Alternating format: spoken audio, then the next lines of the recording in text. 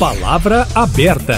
Alexandre Padilha assumiu o Ministério da Saúde nesta semana, dizendo que será, nas palavras dele, uma obsessão reduzir o tempo de espera da população por atendimento especializado no SUS. O novo comandante da pasta considerou que a demora é um gargalo de décadas e ainda prometeu incluir o setor privado, universidades, estados e municípios no debate. Alexandre Padilha volta ao Ministério da Saúde no ano em que o SUS completa 35 anos. Foi criado em 1988 pela Constituição e implantado em 1990. O SUS, que é considerado por muitos o maior plano de saúde pública do mundo, realiza nada menos que cerca de 3 bilhões de atendimentos por ano. 70% da população depende exclusivamente do sistema para os tratamentos de saúde. Para fazer uma avaliação dessas mais de 3 décadas do Sistema Único de Saúde, Eustáquio Ramos e eu, Kátia Pereira, estamos recebendo o diretor jurídico do Sindicato dos Médicos de Minas Gerais, o pediatra Marconi Moura. Bem-vindo ao Palavra Aberta, obrigada pela presença. Eu que agradeço. Estamos recebendo também o advogado especializado em Direito de Saúde, Mário Aguirre. Bom dia, doutor Mário, obrigado pela presença, seja bem-vindo. Eu que agradeço, bom dia a todos, bom dia aos ouvintes. Vamos começar ouvindo então, doutor Marconi, o que explica o tamanho da fila de pessoas que estão aguardando por consultas especializadas no país? Qualquer resposta simples para um problema complexo dessa forma seria temerária, né? Você tem vários aspectos que promovem a fila, porque a fila ela tem uma velocidade de formação e uma velocidade de desconstrução.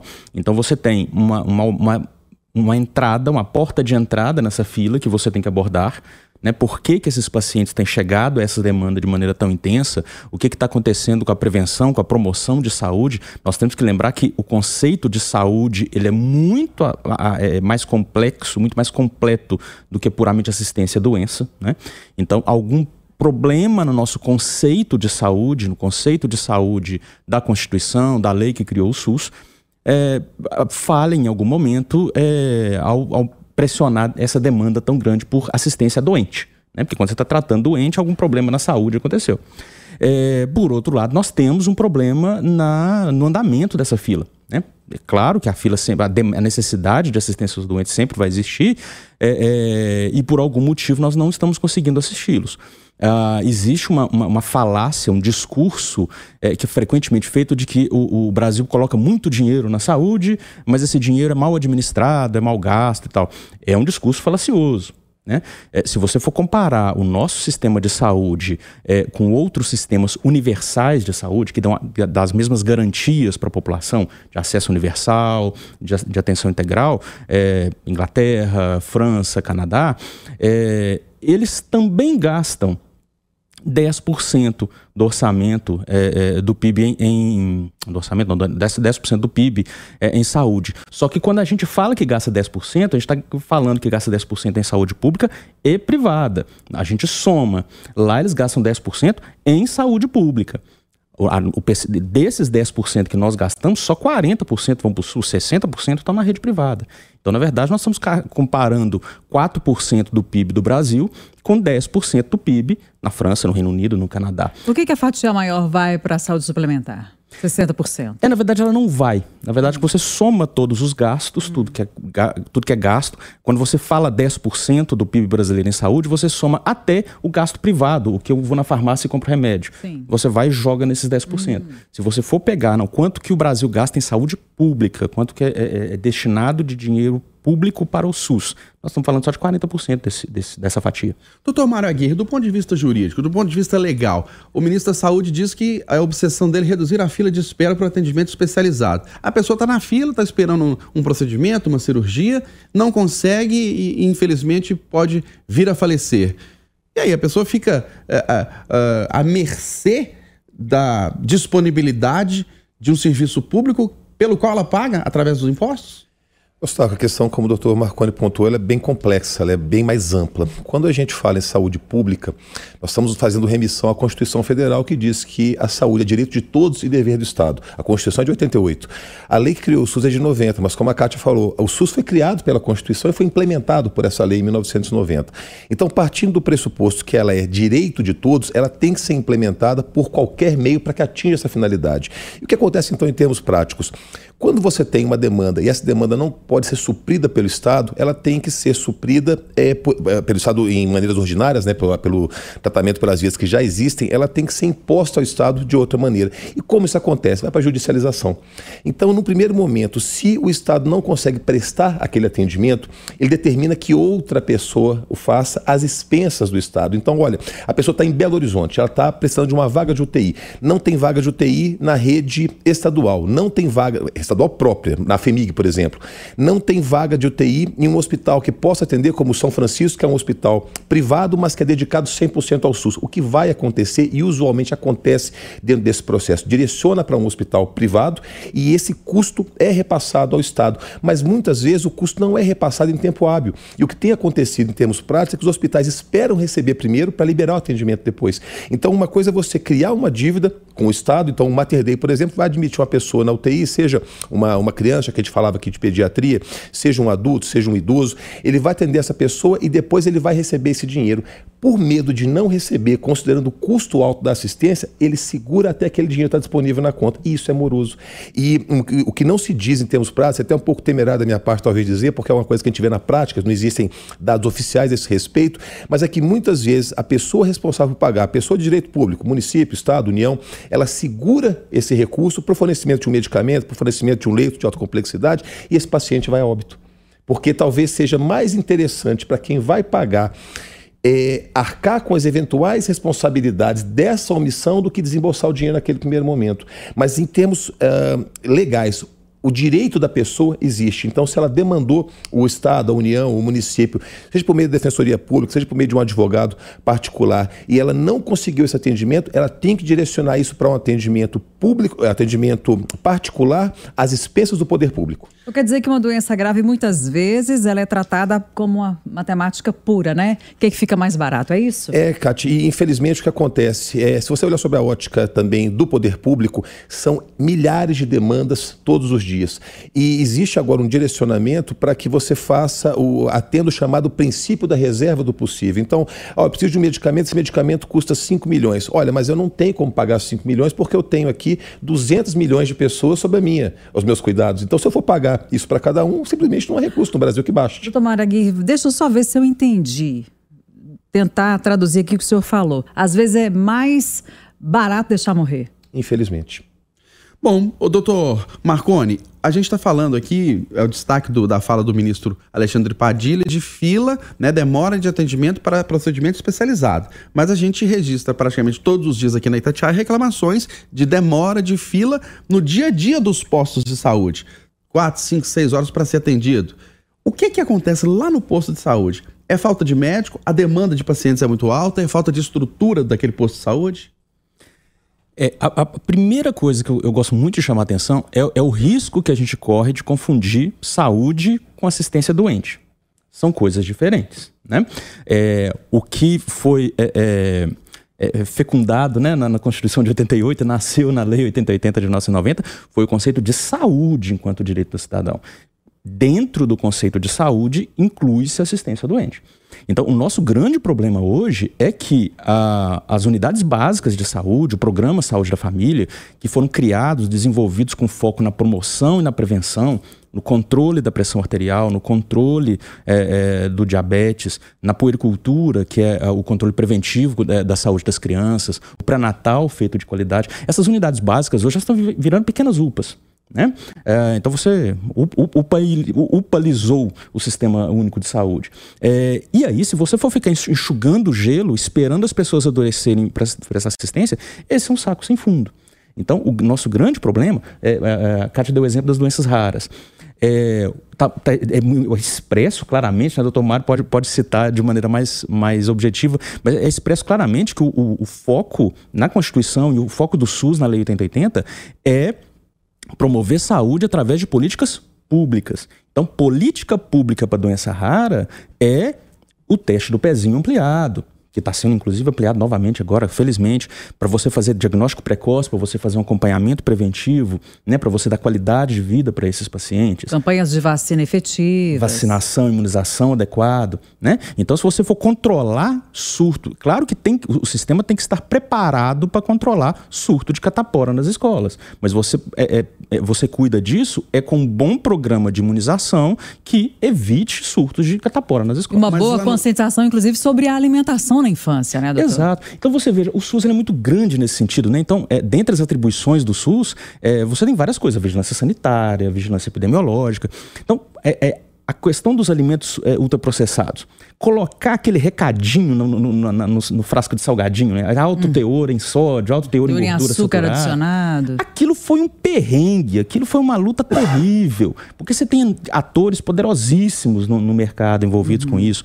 E aí é atribuição, e por isso que isso tem que estar na Constituição e tem que estar na lei federal, é atribuição do Estado enfrentar essas forças. Porque é muito difícil para a sociedade civil organizada, que seja, para a nossa iniciativa civil, conseguir enfrentar poderes desse tamanho e garantir informação e orientação para o paciente, falar assim, olha, isso aqui prejudica a sua saúde, né? Então é ali que você enfrenta a hipertensão, controlando a injeção de sódio. Mas ali no posto de saúde, na hora que vai buscar o atendimento, por causa de uma crise de hipertensão, por causa de um resfriado, uma sinusite, um problema qualquer, por que em muitos casos demora?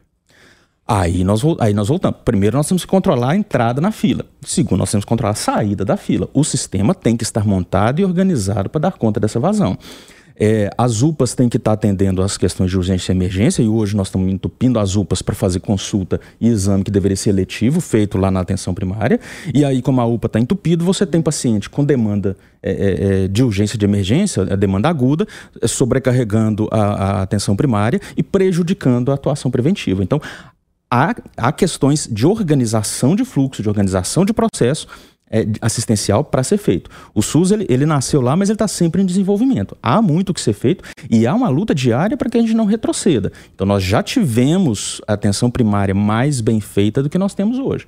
Nós temos hoje essa coisa de ficar enxugando o gelo de atenção à demanda aguda no posto de saúde. Isso não tem fim, porque é essa equipe da atenção primária que deveria estar fazendo a prevenção. Voltando aqui para o Mário Aguirre, a gente vê uma judicialização muito grande, né? Por causa do fornecimento de remédios, alguns tratamentos para casos mais raros. Por que é tudo tão caro? E por que é necessário, muitas vezes, judicializar? O poder público é responsável nas suas 3 esferas pelo atendimento. Como o doutor pontuou muito bem, a ideia da construção do SUS é que ele seja uma rede regionalizada e hierarquizada. Isso faz com que você tenha distribuição de competências muito claras entre os diversos atores que estão no SUS. Então, o paciente que no primeiro momento tem que fazer um atendimento com o médico de saúde de família, para eventualmente unidade básica de saúde, para posteriormente, no caso de agravamento, alguma questão aguda, procurar uma UPA, termina sobrecarregando os hospitais. Com isso, então, nós temos uma falta de disponibilidade de leitos, não só porque, de fato, existem menos leitos do que são necessários, mas porque esses leitos estão indevidamente ocupados. Seja por um paciente que não deveria estar ali ou por um paciente que já poderia ter recebido alta se tivesse uma terapia, tivesse uma referência, o paciente que tem que sair para fazer a continuidade daquele tratamento em regime ambulatorial ou para uma referência, o paciente não sai, ocupa. Então, como nós temos falta de... Mas por que isso acontece? Por que o paciente ocupa um leito indevidamente? Porque o paciente, que como o doutor pontuou, ele tem que fazer um atendimento numa unidade básica de saúde, num posto de saúde, esse paciente vai para um hospital. E isso acontece de A a Z dentro do Brasil. E nós temos que colocar a mão na consciência, porque, por exemplo, eu tenho uma filha de 9 anos, minha filha passa mal, está com uma situação ali, já teve asma, eu deveria, no primeiro momento, fazer uma consulta ambulatorial, marcar para dali a 2, 3 dias. O que eu faço? Eu pego ela, vou para o pronto-socorro do hospital. Porque é uma criança, você fica com medo, você fica assustado, e leva para o pronto-socorro do hospital. E eu, então, que conheço a área, que trabalho na área, sobrecarrega a pediatria. Então, a gente é o macaco que senta no próprio rabo para falar do rabo do outro. Mas é como acontece, infelizmente. Então nós temos uma demanda mal distribuída, mas a partir da própria população, porque falta uma conscientização, falta o entendimento de como funciona o SUS. A partir daí, então, nós vamos para o segundo momento, porque os procedimentos são caros. O doutor falava a respeito da indústria alimentícia gigante, nós temos um gigante maior ainda, que é a gigante farmacêutica. Então, quem produz equipamentos para a saúde, quem produz principalmente órteses e próteses, materiais especiais, quem produz medicamento de alto custo, eu particularmente não conheço, posso opinar, qualquer opinião nesse sentido ela seria leviana, mas não entra na minha concepção a margem de lucro de alguns medicamentos. A gente acompanha algumas campanhas para arrecadação de recursos, contribui dentro do possível, e eu estou acompanhando o caso de uma criança que precisa de um medicamento que custa 18 milhões de reais. Pois é. São 18 milhões de reais um medicamento para uma quebra de desenvolvimento que ela está tendo, e o que justifica? Mas o câmbio é desvalorizado, muito bem. São 3 milhões de dólares. O que justifica um medicamento custar 3 milhões de dólares? Não tem nada que regula isso não, doutor? Não, porque são medicamentos que não são fabricados no Brasil. E esse medicamento particularmente, ele não é nacionalizado. Não tendo registro na Anvisa, ele não pode ser, em função do entendimento que o STF confere a matéria, ele não pode sequer ser objeto de judicialização no Brasil. Então essa criança em particular, ela está vendo navios. Ela está arrecadando recursos, mas ela está vendo navios. O senhor está falando de um caso de 18 milhões, mas vamos considerar aí que são os medicamentos muitas vezes fornecidos na farmácia de Minas aqui, medicamentos de R$800 a caixa. Para uma família que vive de 1, 2 salários mínimos, um medicamento de R$800 mensalmente é difícil, né, de fazer o tratamento. Eu preciso fazer uma pergunta para o doutor Marconi. É porque o senhor falou sobre a importância da atenção na saúde básica. Sim. E a gente abriu aqui o Palavra Aberta falando dessa obsessão do novo ministro da Saúde, Alexandre Padilha, de reduzir essa fila pelo atendimento especializado. Essa obsessão, ela é a mais adequada no momento? É reduzir mesmo a fila de espera? Tem que fazer as duas coisas? Ou eleger a prioridade? Qual que é o caminho? Excelente. Eu vim para aqui hoje com vontade de responder essa pergunta. Porque essa fala do ministro, recortada dessa forma, ela é um tanto perigosa. A gente sabe que o ministro Padilha tem toda uma trajetória, ele é desde lá da década de 90, tenho para mim, né, espero que realmente o pensamento dele não seja tão restrito, e ele esteja falando de reduzir a fila ao abordar todos esses aspectos do problema que nós estamos citando aqui. Mas um dos problemas que nós, infelizmente, temos que falar, quando a gente fala de fila, quando a gente fala de fila de cirurgia, quando a gente fala de fila na unidade básica, é a resolutibilidade, é a capacidade de resolver o problema. Então, a gente tem que tomar cuidado com determinados discursos políticos que transforma a saúde em assistência à doença e transforma a assistência à doença em metas assistenciais e não em metas de saúde. E aí você vê políticos fazendo campanhas e tal, porque nós fizemos tantas consultas, nós fizemos tantos procedimentos. Olha, você quer ver um negócio que dá um monte de consultas e um número lindo para você fazer campanha? Asma. Né? Você está falando, não sei se sua filha tem, mas é uma doença crônica da infância, é crônica, é sabidamente crônica, e se não for bem controlado, o paciente vai entrar com asma, vai entrar em crise frequentemente vai demandar assistência de urgência. Qual que é o objetivo do cuidado da saúde desse paciente? Controlar essa asma para que ele não tenha exacerbações e não precise ir para o posto de saúde, precise ir para a UPA. E aí ele vai diminuir. Então, no caso da asma, o meu discurso bonito é dizer que eu fiz menos consultas e não que eu fiz mais consultas, né? Então, eu quero fazer menos consultas porque os meus pacientes estão mais bem cuidados, porque eu estou promovendo saúde, ou eu só quero número de consultas? Porque aí eu deixo as asmas sem controle, esse paciente fica consultando 2, 3 vezes por dia, às vezes, e eu entrego números maravilhosos. E aí eu tenho que fazer uma UPA enorme, porque eu vou ter que atender o mesmo cidadão várias vezes na semana, no mês, no ano. Vou entregar números maravilhosos. Então, entregar só número de procedimento é de uma pobreza técnica, intelectual, muito grande diante do conceito de saúde que a nossa Constituição de 88 e a nossa Lei 8080 de 1990 desenvolveram. O Ministério da Saúde é alvo frequentemente de disputas políticas porque ele tem o maior orçamento do governo federal. Tem o maior orçamento, e o Sistema Único de Saúde é universal, é gratuito, mas na visão do senhor precisava de mais dinheiro ainda para ter mais médicos, para ter mais equipamentos, mais remédio, mais leito? Não é mais e melhor. Vou te dar um exemplo da minha área, pediatria, né? Você vê aí os gestores, né, alardeando falsamente que faltam pediatras e acabando promovendo contratação de profissionais com menor qualificação, com menor titulação na área, com vínculos cada vez mais precários. Na maioria das vezes hoje é tudo PJ. Então, aquela ideia que lá na Constituição de 88, lá na Lei 8080, trazia da formação de pessoal, de carreira, de educação permanente, tudo isso acabou se desconstruindo ao longo do tempo. E aí você chega na unidade básica de saúde e não consegue ser referenciado pelo pediatra. Por quê? Porque aquela prefeitura não tem pediatra na rede. Você chega na unidade básica de saúde com uma criança com uma crise de asma e você não tem um profissional titulado, treinado para acolher aquela asma e tratar adequadamente e conseguir resolver a crise e devolver aquela criança corretamente para o estado de saúde. Então, o que acontece? Se você investe em médico, você investe em consulta, você investe em leito, mas aquele leito, aquele profissional, aquela consulta não foi resolutiva. E aí aquele paciente vai voltar de tarde, vai voltar à noite, vai voltar amanhã. Então o nosso grande problema é, nós investimos pouco, só 4%, a gente fala às vezes 10%, mas é só 4%, nós investimos pouco, e quando investimos, nem sempre investimos com foco no que nos interessa, que é saúde, promoção e prevenção, e na assistência, resolutibilidade. Assistir o doente de maneira objetiva, né? Como o Dr. Mário falou, o paciente internou, resolve o problema do paciente, tira ele de dentro do hospital, volta ele para o ambulatório e vai promover fisioterapia, fonoaudiologia, dar qualidade de vida para esse paciente, para que ele não reinterne, para que ele não precise repetir o procedimento, né? A gente tem muitas perguntas para fazer, mas infelizmente o tempo está acabando. E aí, doutor Mário Aguirre, só voltando aí no exemplo, né, até pessoal que o senhor trouxe, porque isso é muito comum na maioria das famílias, principalmente quem tem criança. Ou nesses episódios, assim, de qualquer pessoa em casa que teve uma febre, teve um mal-estar, uma dor no estômago, enfim, e uma prostração.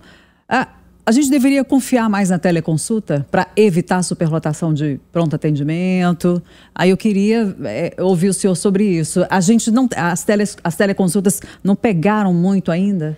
Elas são regulamentadas pelo CFM, né? É uma novidade relativamente recente, mas ela não foi recepcionada ainda pela cultura do brasileiro. E, novamente, eu digo, de A a Z, não importa a classe social, não importa a idade, a pessoa quer ter contato com o médico, talvez como queira ter contato com o advogado. E trazendo um pouco, então, para a nossa realidade, as audiências virtuais hoje são a maioria, mesmo com resoluções do tribunal para que voltem a ser presenciais, as audiências, julgamentos aqui no Tribunal de Justiça.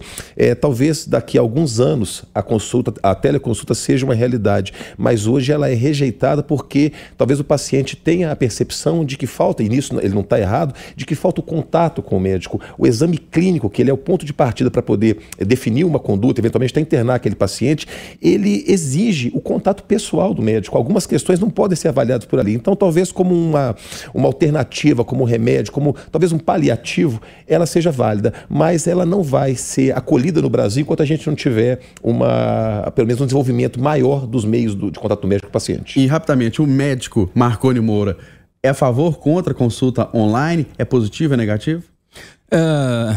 Aquela expressão, nem a favor nem contra, muito antes, pelo contrário. Como o doutor Mário colocou, ela é um instrumento. Ela pode ser muito útil. Por exemplo, naquele pai que está com a criança adoentada, febril ali durante a noite, que é uma orientação. Eu devo ou não devo ir para a UPA? Um teleatendimento pode dar essa orientação. Uhum. O nosso problema voltamos àquela questão, nós temos que investir com qualidade. Se nós investirmos no teleatendimento, na telemedicina, como mais um instrumento para qualificar a nossa assistência, para aumentar a nossa resolutibilidade, maravilha. Se isso começar a virar discurso político, para fazer número, para entrar, porque eu entreguei tantas teleconsultas. Na verdade, você usou um monte de teleconsulta para impedir que esse paciente chegasse no médico e fosse examinado, né? Para impedir que você levasse médico para os rincões, para o interior do país. Bom, aí nós vamos cair em qualidade e o tiro vai sair pela culatra. Nós discutimos no Palavra Aberta de hoje os 35 anos do SUS, o Sistema Único de Saúde, na semana em que Alexandre Padilha assumiu o ministério no lugar de Nízia Trindade. Recebemos o diretor jurídico do Sindicato dos Médicos de Minas Gerais, o pediatra Marconi Moura. Doutor Marconi, obrigado pela presença, pela contribuição, um grande abraço. Eu que agradeço. Feliz aniversário para todos nós. Um abraço. Obrigada pela presença. Agradecemos também pela presença ao advogado especializado em Direito de Saúde, Mário Aguirre. Até a próxima. Obrigada pela contribuição. Até a próxima, sou eu quem agradeço. Um abraço. Lembrando que o Palavra Aberta pode ser acompanhado também, além do Jornal da Itatiaia, pelas nossas plataformas digitais, principalmente o YouTube.